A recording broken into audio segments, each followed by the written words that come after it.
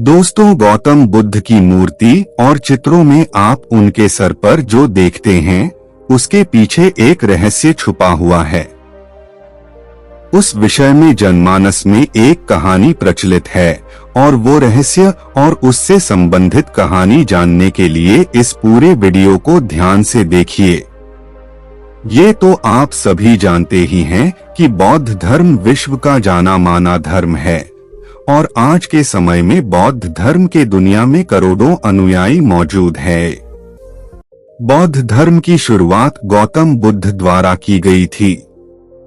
महात्मा बुद्ध की हजारों लाखों प्रतिमाएं इस धरती पे हैं, जो अलग अलग कलाकारों द्वारा बनाई गई हैं।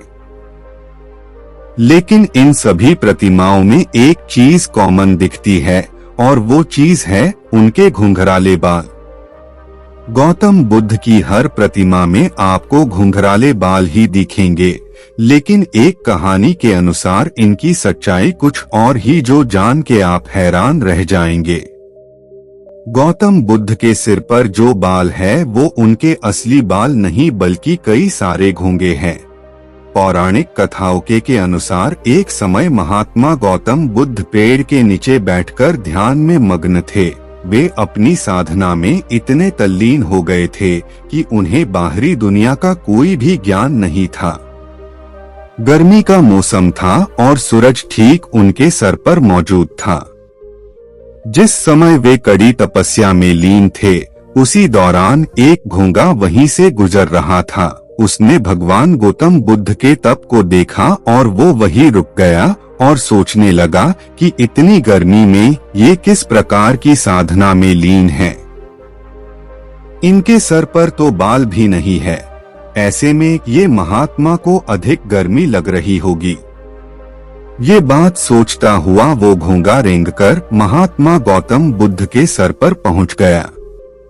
उसने सोचा, अगर मैं यही सर पर रहूंगा तो इन्हें गर्मी का एहसास कम होगा। दरअसल घोंगे का शरीर थोड़ा लचीला और नमी वाला होता है और उसे पकड़ने से ठंडक का एहसास भी होता है।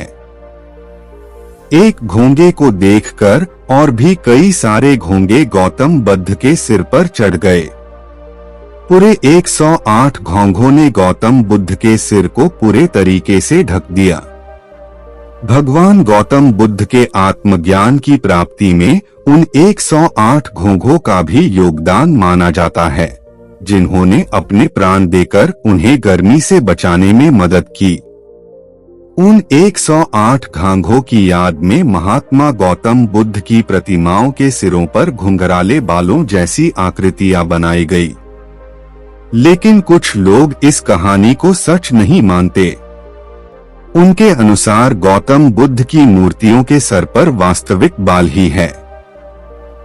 उनका ऐसा मानना है कि वन में विहार करते समय महात्मा गौतम बुद्ध के बाल बढ़ गए थे और उन्हीं बालों के साथ वो तपस्या करने लगे। तपस्या के दौरान अधिक धूप के कारण उनके बाल जल गए और वे घुंघराले आकार के हो गए। आज भी दुनिया के कई इलाकों में लोगों के बाल जल के घुंघराले हो जाते हैं। इसी आधार पर भगवान गौतम बुद्ध के बाल घुंघराले बनाए जाते हैं। हालांकि ये तो मान्यताएं हैं। आप इस बारे में क्या सोचते हैं, हमें कमेंट बॉक्स में जरूर बताएं। अगर आपको यह वीडियो अच्छी लगी तो प्लीज इस चैनल को सब्सक्राइब कीजिए। तो मिलते हैं अगली वीडियो में, तब तक अपना ख्याल रखना।